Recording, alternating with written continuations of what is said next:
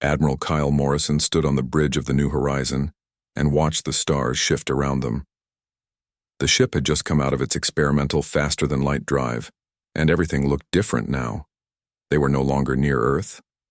They were somewhere far away in space, in a place humans had never been before. "Sir, we made it," said Lisa Parker from her position at the engineering station. Her hands moved quickly over the controls as she checked the ship's systems. The quantum slip drive worked perfectly. "We traveled further than any human has ever gone."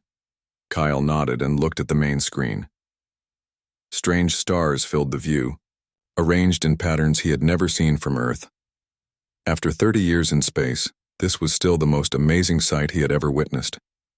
The New Horizon was humanity's first real starship, built in secret over 20 years.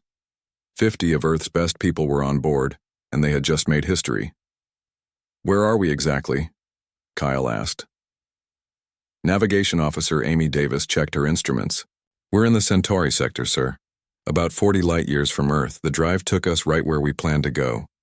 Kyle smiled. The mission was working so far.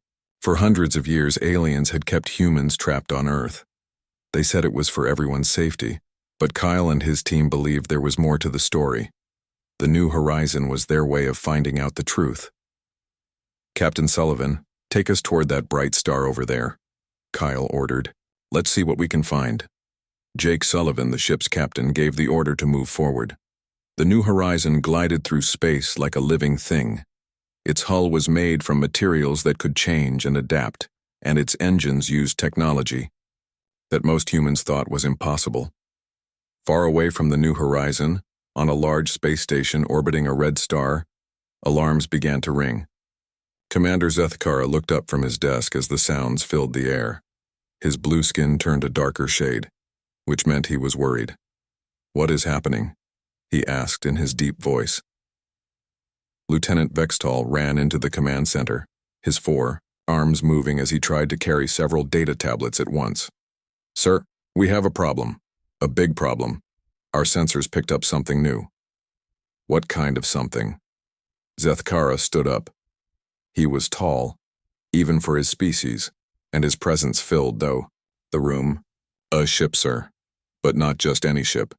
It appeared out of nowhere with no hyperdrive signature. We have no record of its design in any of our databases. And sir, the energy readings are unlike anything we have seen before." Zethkara felt his heart skip a beat. In his 40 years of service to the Galactic Empire, nothing like this had ever happened. Every ship in the galaxy was registered. Every design was known. Every species was cataloged and controlled.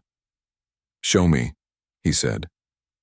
The main display screen came to life, showing a three-dimensional image of the unknown vessel. Zethkara stared at it in confusion. The ship looked smooth and organic, like it had grown instead of being built. Its surface seemed to shimmer and change as they watched. "How big is it?" Zethkara asked. "About 800 meters long, sir, but that's not the strangest part. Look at these readings." Vextall pointed to numbers on his screen. "The power output is incredible. This ship generates more energy than some of our battle cruisers." Zethkara studied the data. Something was very wrong here. "Where did it come from?" "Unknown, sir. It just appeared. No warp signature, no hyperdrive trail, nothing. One moment, empty space. The next moment, this ship was there." On the New Horizon, Dr. Emma Rodriguez was busy in the science lab. She had spent years studying alien languages and cultures, preparing for this moment. Now that they were actually in alien space, she felt both excited and nervous. "Tony, are you picking up any communications?" she asked Communications Officer Tony Martinez. "Yes, lots of them," Tony replied. "Multiple frequencies, different languages. Some of them sound like warnings or alerts." Emma smiled. "They know we're here. That's good. It means our plan is working." The plan was simple but dangerous. Humanity would announce itself to the galaxy by showing up where they were not supposed to be. For too long, aliens had treated humans like children who needed to be protected. The New Horizon would prove that humans were ready to join the galactic community. Back on the Imperial Station, more alarms were sounding. Captain Nina Foster arrived in the command center. her tentacles moving gracefully as she walked. She was the Empire's best expert on unknown technologies and ancient civilizations. "Commander, I came as soon as I heard," she said. "What do we know about this vessel?" Zethkara showed her the readings. "Everything about it is wrong, Captain. The materials don't match anything in our databases. The energy patterns suggest technology we don't understand. And look at this." He pointed to a specific reading on the screen. "The ship's hull appears to be partially organic. It's not just metal and circuits. There are biological components integrated into the structure." Nina studied the data carefully. "This is impossible. No known species has this kind of technology. The integration of organic and synthetic materials at this level requires scientific knowledge that shouldn't exist." "That's what I thought too," Zethkara said. "But there it is, moving through our space like it owns the place."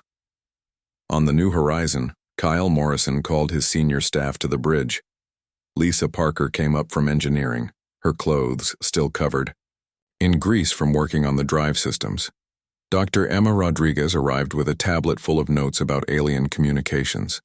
Captain Jake Sullivan was already there watching the stars. "People, we did it," Kyle said. "We're the first humans to travel this far from Earth. But now comes the hard part. We need to make contact with the local authorities." "Sir," Amy Davis said from her navigation station, "I'm detecting 3 ships moving toward us. They're coming fast." Kyle looked at the main screen. 3 alien vessels were approaching, their designs sharp and aggressive. These were military ships built for war. "Are they trying to communicate with us?" Kyle asked. Tony Martinez checked his equipment. "Yes, sir. They're sending a message on multiple frequencies. It sounds like they want us to stop and prepare to be boarded." Kyle thought for a moment. This was the moment they had prepared for. "Emma, are you ready to talk to them?" Dr. Rodriguez nodded. "I've been studying their language for years. I can understand most of what they're saying." "Good. Tony, open a channel. Let's introduce ourselves." The main screen flickered, and suddenly they were looking at an alien face. The creature had blue skin and large yellow eyes. It looked angry and confused. "Unknown vessel. This is Captain Ross Bennett of the Imperial Patrol Ship Dominion's Edge. You are in restricted space. Identify yourself immediately." Emma stepped forward. She had practiced this moment 1,000 times. "Captain Bennett, this is Dr. Emma Rodriguez of the Earth vessel New Horizon. We come in peace and wish to establish diplomatic contact." "Captain," Bennett's eyes grew wider. "Did you say Earth? That's impossible. Earth is under quarantine. No vessels are authorized to leave that system." "Nevertheless, here we are," Emma said calmly. "We represent humanity, and we're ready to take our place in the galactic community." The alien captain looked confused and angry. "This is a violation of Imperial law. You will shut down your engines and prepare to be boarded immediately." Kyle stepped beside Emma. "I'm afraid we can't do that, Captain. We're on a peaceful mission, but we won't be taken prisoner." "You don't have a choice," Bennett said. "My ships will disable your vessel if you don't comply." Lisa Parker spoke quietly to Kyle. "Sir, should I prepare the defensive systems?" Kyle nodded. "Do it. But remember, we don't want to hurt anyone. We just want to show them what we can do." The New Horizon began to glow softly as its defensive systems came online. The ship's adaptive shielding created a bubble of energy around the hull. The 3 Imperial ships moved to surround them, but the New Horizon was ready. What happened next would change everything in the galaxy forever. Captain Ross Bennett stared at his command screen in disbelief. The unknown ship was not responding to his demands to surrender. Instead, it was beginning to glow with a strange blue light. His sensors showed energy patterns unlike anything he had seen in his 20 years of service. "Sir, their power levels are increasing," reported his weapons officer. "Whatever they're doing, it's big." Bennett gritted his teeth. He had been given clear orders. Any unauthorized vessel was to be captured or destroyed. The Empire did not tolerate disobedience. "All ships prepare to fire warning shots. Target their engines." On the New Horizon, Lisa Parker worked quickly at her engineering station. Her fingers moved across the controls as she brought the ship's defensive systems online. The quantum slip drive that had brought them here was just one of many revolutionary technologies built into their vessel. "Shields at full power," she reported, to Admiral Morrison. "The adaptive matrix is responding perfectly. We can handle anything they throw at us." Kyle Morrison watched the 3 Imperial ships move into attack formation. He had hoped for a peaceful first contact, but it seemed the Empire preferred force over diplomacy. "Jake, how maneuverable are we?" Captain Sullivan smiled grimly. "More than they expect, sir. The New Horizon doesn't move like other ships. We can dance around them all day if we need to."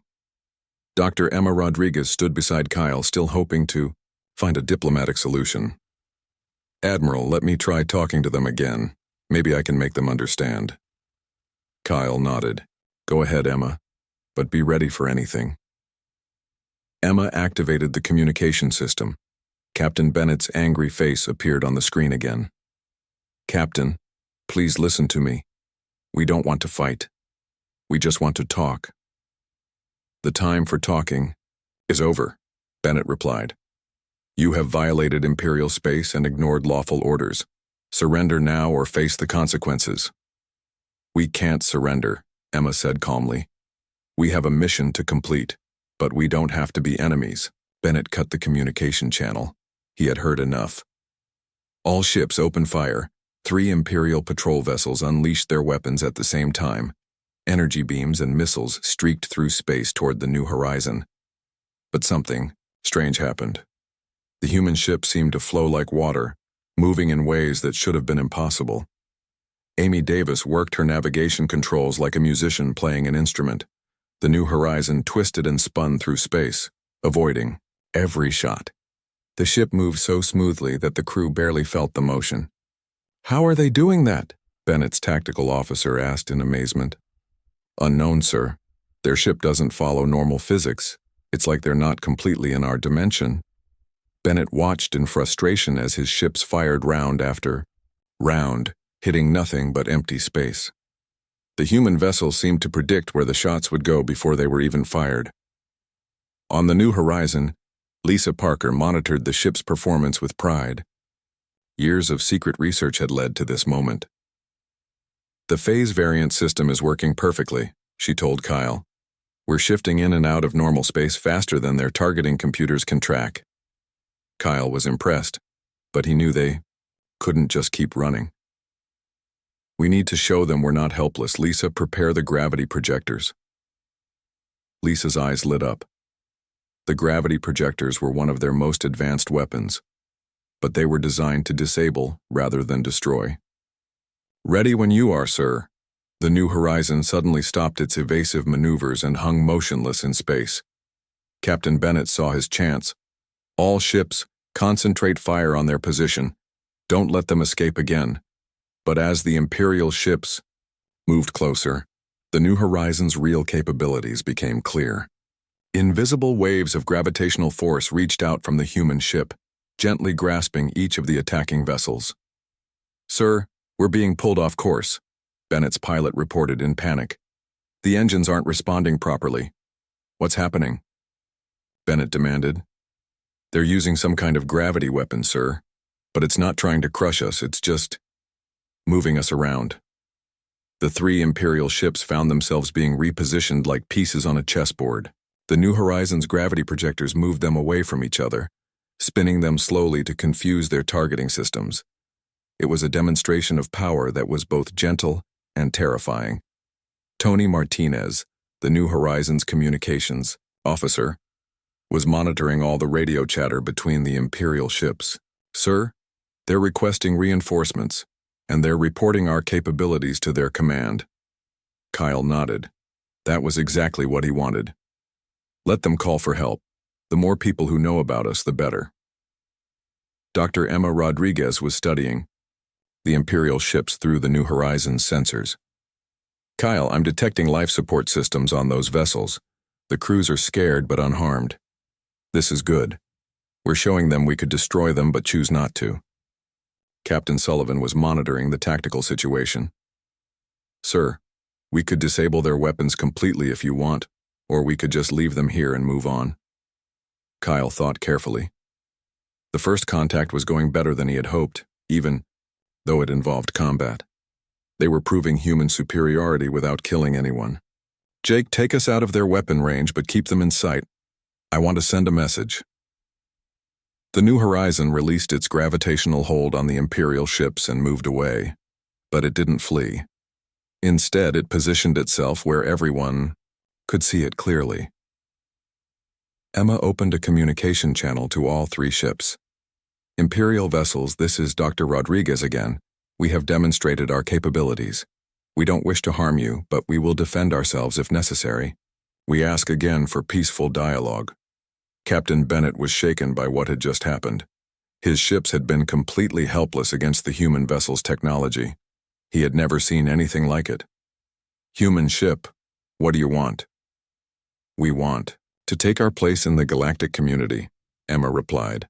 Earth has been isolated for too long. It's time for humanity to join the rest of the galaxy. That's impossible, Bennett said. Earth is under quarantine for good reasons. Your species is considered dangerous and unpredictable. Emma smiled. Sadly. Dangerous to whom, Captain? We just proved we could have destroyed your ships, but we chose to spare your lives. Does that sound dangerous to you? Before Bennett could answer, his communication system buzzed with an incoming message from his command station. Commander Zethkara's face appeared on his screen, looking worried and angry. Captain Bennett, report your status immediately, Zethkara ordered. Sir, the unknown vessel has superior technology. My ships are undamaged but outmatched. The humans demonstrated capabilities far beyond our intelligence estimates. Humans? Zethkara's skin turned an even darker blue. Are you certain? Yes, sir. They speak perfect galactic standard and claim to be from Earth, but their technology is impossible. They shouldn't have these capabilities. Zethkara felt his worst fears coming true. For centuries, the Empire had maintained that humans were primitive and dangerous. If they had developed advanced technology in secret, it could change everything. Captain, maintain your distance but do not engage unless they attack first. I'm sending the data about this encounter to Imperial headquarters immediately. Within hours, news of the human ship was racing through Imperial communication networks. On dozens of worlds, military commanders and government officials received urgent messages about the mysterious vessel. On the capital world of the Empire, Emperor Vothalan himself was awakened in the middle of his sleep cycle to hear the report. His advisor, a nervous creature with 6 legs and compound eyes, trembled as he delivered the news. Your Imperial Majesty, we have a situation. A human vessel has appeared in the Centauri sector with technology that exceeds our current capabilities. The Emperor's massive form rose from his resting chamber. He was larger than most of his species, with golden scales that reflected the light. Humans? From the quarantined world? Yes, Your Majesty. They easily defeated a patrol squadron without causing casualties. Their ship uses unknown propulsion and weapon systems. Emperor Vothalan was quiet for a long moment. The quarantine of Earth had been one of his first decisions when he took power 300 years ago. Humans were supposed to be contained and controlled, not flying around the galaxy in advanced starships. Send Fleet Admiral Kexmore to handle this situation personally, and send word to all sector commanders. If there is one human ship, there may be others. Back in the Centauri sector, the New Horizon continued its journey through space. They had made their point with the Imperial Patrol, but Kyle Morrison knew this was just the beginning. Emma, how many inhabited worlds are in this region? He asked. Dr. Rodriguez checked her star charts. At least 12, sir. Most of them are under Imperial control, but they have their own populations and cultures. Then that's where we go next, Kyle decided. We need to show the galaxy that humans are not the monsters the Empire claims we are. Amy Davis plotted a course to the nearest inhabited system. The New Horizon's quantum slip drive charged up again, preparing to take them to their next destination. As they prepared to jump, Tony Martinez detected new signals on his communications equipment. Sir, I'm picking up transmissions from multiple sources. Word about us is spreading fast. Kyle smiled. Perfect. The galaxy was about to learn the truth about humanity, whether the Empire wanted them to or not. Emperor Vothalan stood in his private chamber, looking out at the golden spires of the imperial capital. His golden scales caught the light from 3 suns as he read the reports from the Centauri sector. Each new piece of information made him more worried and more angry. "This cannot be allowed to continue," he said to his chief advisor. "For 300 years we have kept the humans under control. Now they appear with technology that makes our best ships look like toys." The advisor, a thin creature with multiple arms, shuffled his papers nervously. "Your Majesty, perhaps we should try to understand how they developed such capabilities. Our intelligence reports always said they were primitive." "Our intelligence was wrong," the Emperor replied coldly. "And now we must fix this problem before it gets worse. Contact Fleet Admiral Kexmore immediately. Tell him to assemble a task force. I want that human ship captured or destroyed." Far across the galaxy, the New Horizon dropped out of its quantum slip drive near a blue and green world called Valoria. The planet was home to a peaceful species that had been under imperial rule for over a century. They were known for their skill in agriculture and their love of art. "Beautiful world," Amy Davis said as she guided the ship into orbit. "The sensors show large cities but no heavy industry. These people seem to live in harmony with their environment." Dr. Emma Rodriguez was excited to make contact with a new species. "Kyle, I'd like to go down to the surface and meet with their leaders. This could be our chance to show the galaxy what humans are really like." Admiral Morrison agreed. "Take a small team with you. Jake, prepare a shuttle. But be careful. The Empire might have spies everywhere." Captain Jake Sullivan selected his best people for the mission. Along with Emma, he chose Tony Martinez for communications and Dr. Kevin Roberts, their medical officer. The shuttle was small but equipped with the same advanced technology as the main ship. As they descended toward Valoria's surface, the local government was in chaos. The planet's leader, a gentle being named Coordinator Methva, had received urgent messages from the Imperial Command. A dangerous human vessel was in their system and all contact was forbidden. But Methva was curious. The humans had requested permission to land and talk. Their messages were polite and respectful. They offered to share knowledge and culture. This did not sound like the dangerous monsters the Empire had described. "Should we allow them to land?" asked his assistant. Methva looked at the reports again. "The Empire says they are dangerous, but they could have attacked our cities from orbit if they wanted to. Instead, they ask for permission. Perhaps we should listen to what they have to say." The shuttle landed in a field outside the capital city. Emma and her team stepped out to find a small crowd of curious aliens waiting for them. The Valorians were tall and thin, with skin that changed colors based on their emotions. Right now, most of them showed the pale blue of curiosity mixed with the yellow of caution. "Greetings," Emma said in the Valorian language. She had studied their communications during the trip to the surface. "I am Dr. Emma Rodriguez from the planet Earth. We come in peace and friendship." Coordinator Methva stepped forward. His skin showed the green of welcome, though traces of yellow remained. "Dr. Rodriguez, I am Methva, leader of this world. Your arrival has caused much discussion. The Empire tells us your people are dangerous." "We understand your concern," Emma replied, "but we hope to show you that we are not what the Empire claims. We bring gifts of knowledge and culture from our world." Tony Martinez opened a container they had brought from the shuttle. Inside were recordings of human music, art, and literature. Dr. Kevin Roberts carried medical supplies and information about human healing techniques. "Music?" Methva asked, his skin showing the bright orange of interest. Emma activated a small device that began playing a gentle symphony composed by Paul Chen, one of Earth's greatest musicians. The Valorians listened in amazement as the complex harmonies filled the air. Many of them had never heard anything so beautiful. "This is from your world?" asked a young Valorian artist named Veltar. "How do you create such wonderful sounds?" "Humans have always loved music," Emma explained. "We express our emotions and dreams through songs. Each piece tells a story or shares a feeling." As the music played, more Valorians gathered around. Their skin colors shifted from caution to wonder to joy.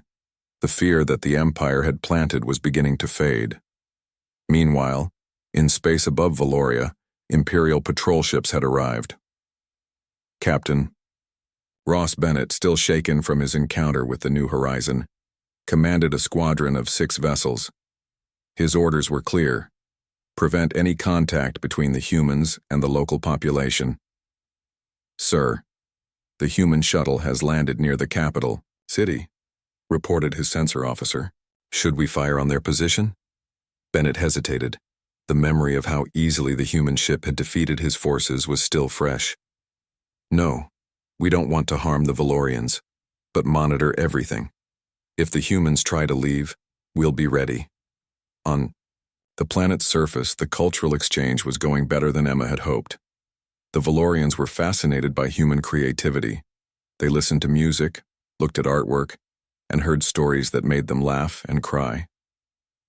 Dr. Kevin Roberts was sharing medical knowledge with the local healers. This technique can help heal broken bones much faster, he explained, and these medicines can treat diseases that have troubled your people for generations.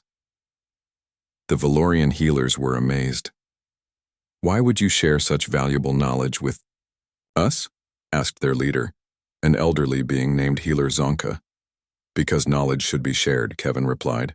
When we help each other, everyone benefits. This is the human way. Coordinator Methva was beginning to understand that everything the Empire had told them about humans was wrong. These visitors were kind, generous, and peaceful. They offered gifts without asking for anything in return. Dr. Rodriguez, he said, the Empire has told us that humans are violent and dangerous, but you seem to be the opposite of what they described. Emma nodded sadly.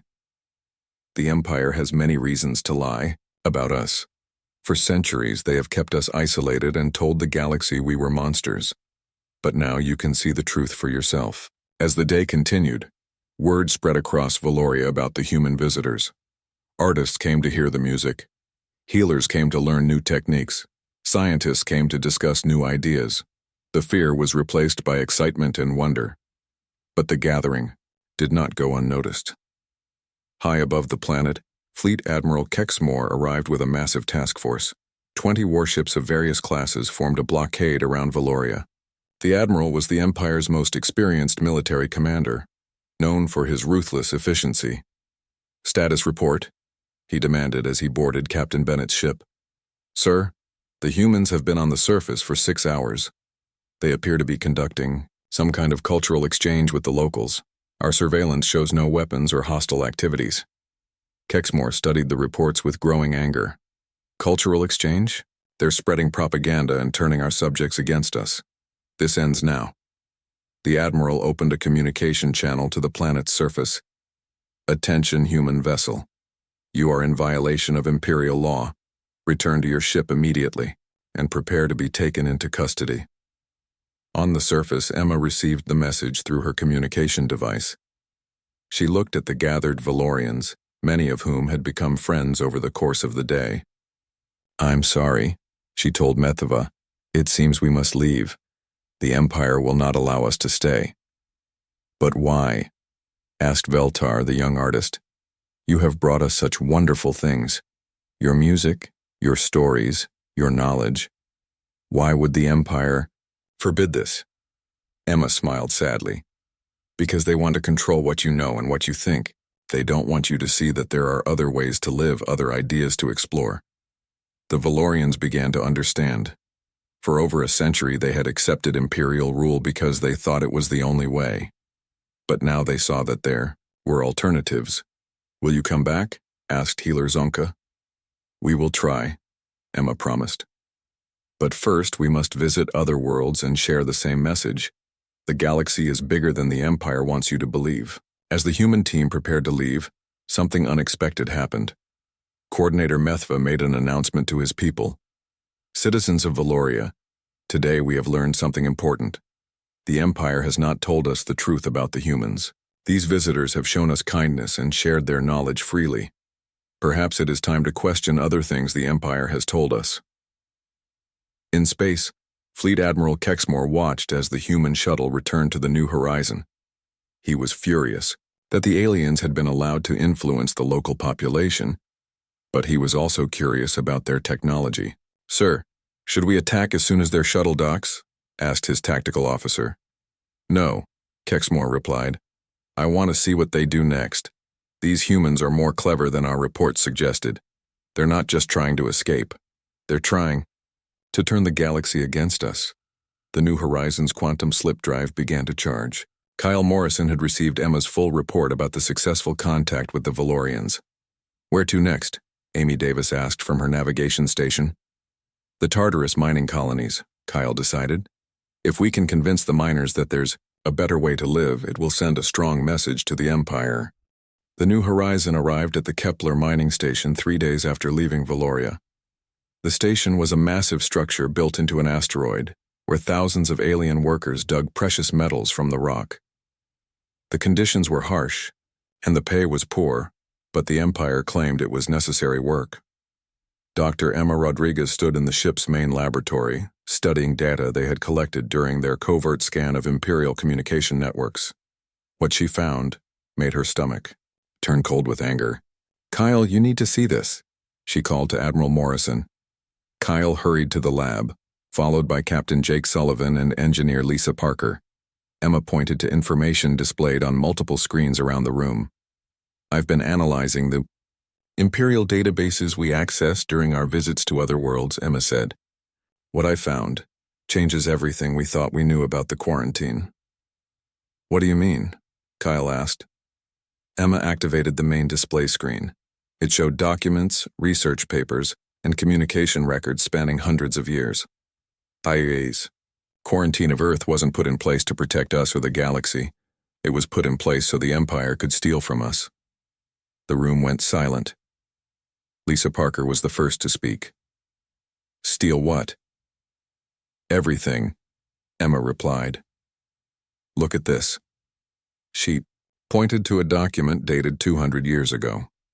"This is a theoretical physics paper about faster-than-light travel. The author is listed as Imperial scientist Vextor the Great. But look at this." She brought up another document. "This is the same paper, but from Earth's scientific archives. It was written by Dr. Helen Murphy, a human physicist, 50 years before the Imperial version was published." Jake Sullivan leaned closer to read the documents.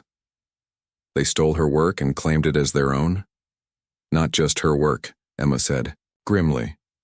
"I found hundreds of examples: art, music, literature, scientific discoveries, medical advances. The Empire has been intercepting our communications and stealing our ideas for centuries." Kyle felt a cold anger building in his chest. "Show me more." Emma brought up more files.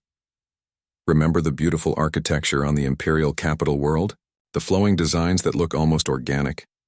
Those were based on concepts created by human artist Stephen Walsh. The Empire's most advanced medical procedures, developed by human doctors and researchers. Even their music and entertainment shows clear influence from human culture." Lisa Parker was staring at the screens in disbelief. "So, everything we've admired about their advanced civilization was stolen from us," Emma finished. "The Empire has been using human creativity and innovation to maintain their position as the dominant power in the galaxy. Meanwhile, they told everyone that humans were too dangerous and primitive to be allowed into galactic society." Captain Sullivan was studying one particular document.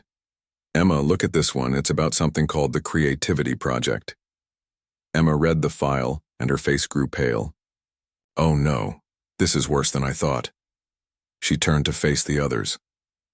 "The Empire hasn't just been stealing our ideas from intercepted communications. They've been conducting secret experiments on captured humans." The laboratory became very quiet. Kyle asked the question no one wanted to ask. "What kind of experiments?" "According to this, they've been taking humans from Earth for over 2 centuries. Small numbers, people who wouldn't be missed. They study how our brains work, how we create new ideas, how we solve problems differently than other species." "Lisa?" Parker sat down heavily. "They've been kidnapping people and using what they learned to enhance their own capabilities," Emma added. This explains how they've managed to stay ahead of other species technologically. They're not just stealing our inventions, they're trying to steal the way we think. Kyle Morrison felt a rage unlike anything he had ever experienced. The Empire had not just imprisoned humanity on Earth. They had been stealing from them, lying about them, and experimenting on them for hundreds of years. "How many people are we talking about?" he asked. Emma checked the files. According to these records, approximately 50,000 humans have been taken over the past 2 centuries. Most are being held on research stations throughout the Empire. The implications hit everyone at the same time. There were humans scattered across the galaxy, held prisoner by the Empire, probably not even knowing that Earth still existed. "We have to tell everyone," Jake said. "Every species in the galaxy needs to know about this." Kyle nodded.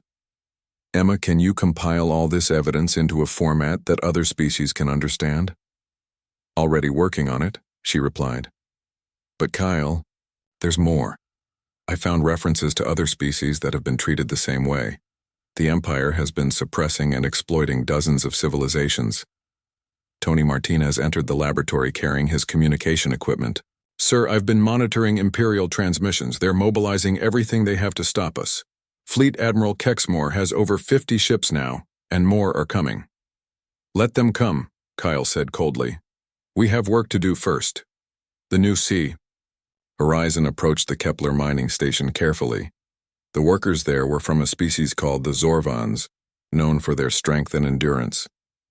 They had been mining asteroids for the Empire for over a century, believing it was their patriotic duty.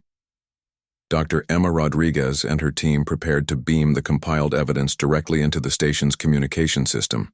They wouldn't need to land this time. The truth would speak for itself. "Broadcasting now," Tony Martinez reported.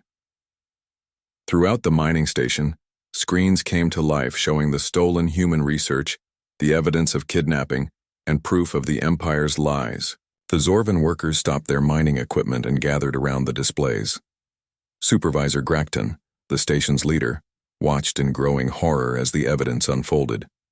For his entire life, he had believed the Empire was a force for order and progress in the galaxy. Now he was seeing proof that everything was built on theft and lies. "Is this real?" asked one of the younger workers. Gracton studied the documents carefully. His species prided themselves on their ability to detect deception, and every instinct told him these files were genuine. "I believe it is." The revelation spread through the mining station like wildfire. Within hours, the workers were asking questions they had never asked before. If the Empire had lied about the humans, what else had they lied about? Similar scenes were playing out on a dozen other worlds. The New Horizon had developed a new strategy. Instead of landing and making personal contact, they were broadcasting the evidence to entire planetary populations at once. On the industrial world of Mechanus, robot factories stopped working as their alien overseers studied the stolen human technologies that formed the basis of their production methods. On the agricultural world of Verdania, farmers realized that their most productive crops were based on human genetic research taken without permission. Fleet Admiral Kexmore watched from his flagship as rebellion began to spread across the Empire. World after world was demanding explanations from their imperial governors. Some were even declaring independence. "Sir, we have reports of uprisings on 17 worlds," his intelligence officer reported. "The Humans Information Campaign is working. People are questioning everything." Kexmore slammed his fist on the command table. "Where is that ship now?" "Unknown, sir. They appear and broadcast their message, then disappear before we can intercept them. Our fastest ships can't keep up with their drive system." The Admiral was facing a strategic nightmare. He couldn't be everywhere at once, and the human ship could strike anywhere. "What does the Emperor want us to do?" "His Majesty has declared a state of emergency. All rebellious worlds are to be brought back under control by any means necessary." But even as Kexmore received his orders, the situation was getting worse. The evidence the humans had revealed was spreading through the galaxy's communication networks faster than the Empire could stop it. On the capital world, Emperor Vothalan was dealing with protests in the streets. Citizens who had once proudly served the Empire were now demanding to know how much of their civilization was built on stolen ideas. "Your Majesty," his chief advisor said nervously, "perhaps we should try to negotiate with the humans. Offer them something in exchange for stopping their information campaign." The Emperor's golden scales turned dark with rage. Negotiate? With the very species we have controlled for centuries? Never. But privately, Vothlan was beginning to realize that his empire was crumbling. The humans had done something no military force had ever accomplished. They had turned the Empire's own subjects against it, using nothing but the truth. Meanwhile, the New Horizon was preparing for its most dangerous mission yet. Kyle Morrison had made a decision that would change everything. "We're going to Earth," he announced to his crew. "Sir?" Lisa Parker looked confused. "I thought we were trying to stay away from the Sol system." "Not anymore," Kyle replied. "Emma's research shows there are secret Imperial installations in our own solar system. Hidden bases where they've been conducting their experiments on captured humans. It's time to go home and clean house." Dr. Emma Rodriguez was working on a new type of broadcast. Instead of just revealing the Empire's crimes, this one would call for active resistance. "Kyle, I've been in contact with resistance groups on 40 different worlds. They're ready to fight, but they need leadership." The New Horizon dropped out of quantum slip drive at the edge of the Sol system, and Admiral Kyle Morrison felt his heart skip a beat. Earth looked exactly as he remembered it from the observation deck of the secret moon base where he had trained. Blue oceans, white clouds, green and brown continents. Home. But something was wrong. Amy Davis was studying her sensor readings with a confused expression. "Sir, I'm detecting multiple artificial structures throughout the system. Hidden bases on asteroids, cloaked stations near Jupiter, and something big on the dark side of the moon." Lisa Parker ran additional scans from her engineering station.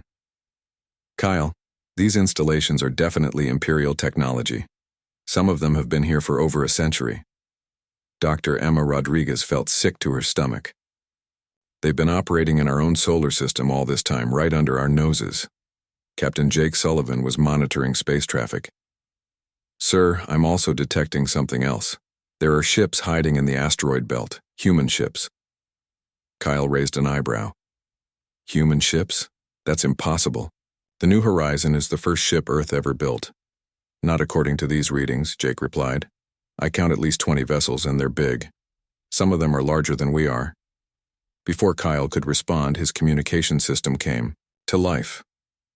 A familiar human voice filled the bridge. "New Horizon, this is Admiral Rachel Stone of the Earth Liberation Fleet. Welcome home, Kyle. We've been waiting for you." Kyle stared at the communication panel in shock. "Rachel? But you're supposed to be dead. The Mars colony disaster 3 years ago was a cover story," Rachel replied. "Kyle, there's a lot you don't know. Bring your ship to coordinates I'm sending you. It's time you met the rest of the family." The New Horizon followed the coordinates to a massive hidden base built inside a hollowed-out asteroid. As they approached, Kyle could see dozens of human ships of various sizes. Some looked similar to the New Horizon, while others were completely different designs. "My God," Lisa Parker whispered. "How long have they been building ships out here?" They docked with the main base, and Kyle was amazed by what he found inside. Thousands of humans were working in shipyards, laboratories, and command centers. This was not a small secret project. This was a complete hidden civilization. Admiral Rachel Stone met them at the airlock. She was a tall woman with gray hair and sharp eyes. Kyle had known her since they were both young officers before her supposed death on Mars. "Rachel, what is all this?" Kyle asked. "This is what we've been building while you were on your diplomatic mission," she replied. "Kyle, the New Horizon was never meant to be alone. You were the advance scout. We've been preparing for this day for 50 years. She led them through corridors filled with busy humans. When we discovered the Empire's secret bases in our system, we realized that the quarantine was never about protecting us. It was about controlling us while they stole from us. So we started building our own fleet in secret. They entered a large command center, where dozens of officers were coordinating activities throughout the solar system. Director Sam Parker, Lisa's older brother, turned from a tactical display. "Lisa, you made it back safely," he said, hugging his sister. "How did the New Horizon perform?" "Better than we hoped," Lisa replied. "But Sam, why didn't you tell me about all this?" Sam smiled. "Security. The fewer people who knew the full scope of the project, the better. Even Kyle didn't know everything." Kyle was starting to understand. The New Horizons mission was to get the galaxy's attention while you prepared for war. "Exactly," Rachel confirmed. "And it worked perfectly. The Empire is chasing you across the galaxy while we've been preparing to strike at their hidden bases right here in our own system." Dr. Emma Rodriguez was studying the tactical displays. "How many ships do we have?" Director Sam Parker answered. 63 combat vessels of various classes, plus support ships and transports. All of them use technology based on the same principles as the New Horizon, but optimized for different roles. Suddenly, alarms began sounding throughout the base. A young officer at a sensor station called out, "Admiral Stone, we have multiple contacts entering the system. Imperial fleet, at least 50 ships." Rachel Stone smiled grimly. Fleet Admiral Kexmore finally caught up. "Everyone to battle stations. It's time to show the Empire what humans can really do." The hidden human fleet began emerging from asteroid bases throughout the solar system. Ships that had been disguised as space rocks suddenly powered up their engines and weapons. The Imperial fleet found themselves facing not one mysterious vessel, but an entire navy they never knew existed. On his flagship, Fleet Admiral Kexmore stared at his tactical display in disbelief. "How many ships are there?" "Over 60 confirmed. Contacts, sir," his sensor officer reported. "And more are still appearing. Sir, they were hiding throughout the entire system." Kexmore realized he had walked into a trap. He had come expecting to capture one rogue vessel. Instead, he was facing a prepared enemy on their home ground. Emperor Vothalan's voice came through the communication system from the Imperial capital. "Admiral, what is your status?" "Your Majesty, the situation is more serious than we thought. The humans have built an entire fleet. This was planned from the beginning. Then destroy them all," the Emperor ordered. "I don't care how many ships it takes, humanity ends today." But the battle did not go as the Emperor expected. The human ships moved through space with the same fluid grace as the New Horizon, but now there were dozens of them. They used tactics the Empire had never seen before, working together like a pack of hunting animals. Captain Nina Foster, the Imperial xenoarchaeologist who had originally studied the New Horizons technology, made a decision that shocked everyone. She opened a communication channel to the human fleet. "Human vessels? This is Captain Foster of the Imperial Research Ship Discovery. I request permission to surrender my ship and crew." Admiral Rachel Stone responded personally. "Captain Foster, why do you want to surrender?" "Because I've seen the evidence your people broadcast to the galaxy. I know what the Empire has done. I can't be part of it anymore." Within minutes, other Imperial ships began following Foster's example. The crews had heard the broadcasts about stolen human technology and kidnapped humans. Many of them could no longer fight for a cause they no longer believed in. Fleet Admiral Kexmore watched in horror as nearly half his fleet switched sides or withdrew from the battle. All remaining ships attacked the human positions immediately. But it was too late. The human fleet had overwhelming numbers and superior technology. The remaining Imperial ships found themselves outmaneuvered and outgunned. Dr. Emma Rodriguez was broadcasting continuously during the battle, transmitting the truth about the Empire's crimes to every inhabited world in the galaxy. "Citizens of the galaxy today marks the end of Imperial oppression. Today we reclaim our freedom." The tide of battle turned completely when Kyle Morrison made a bold decision.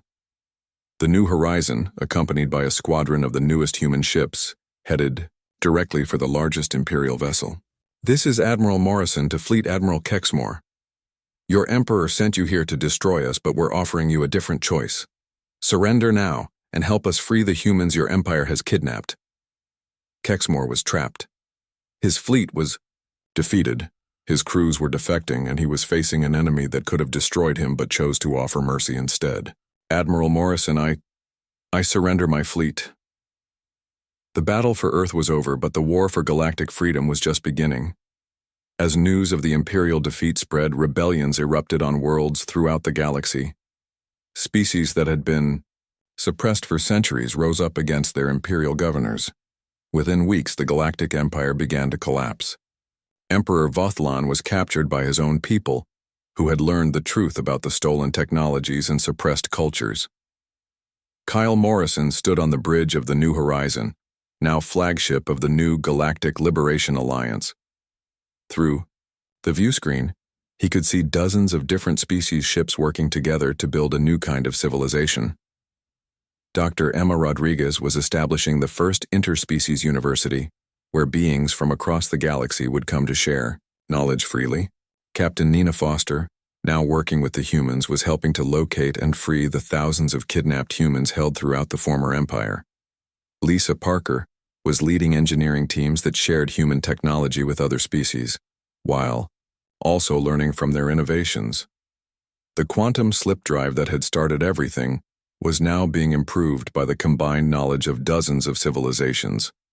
Captain Jake Sullivan was training crews from 20 different worlds to operate the new Liberation Fleet. Former Imperial worlds were being liberated and given the choice to govern themselves or join the new alliance. The New Horizon had accomplished something no one thought possible. It had not conquered the galaxy through force, but had liberated it through truth and cooperation. As Kyle watched the busy space traffic around Earth, he smiled. Humanity had finally taken its place among the stars, not as conquerors, but as partners in a free galactic community. The age of empire was over.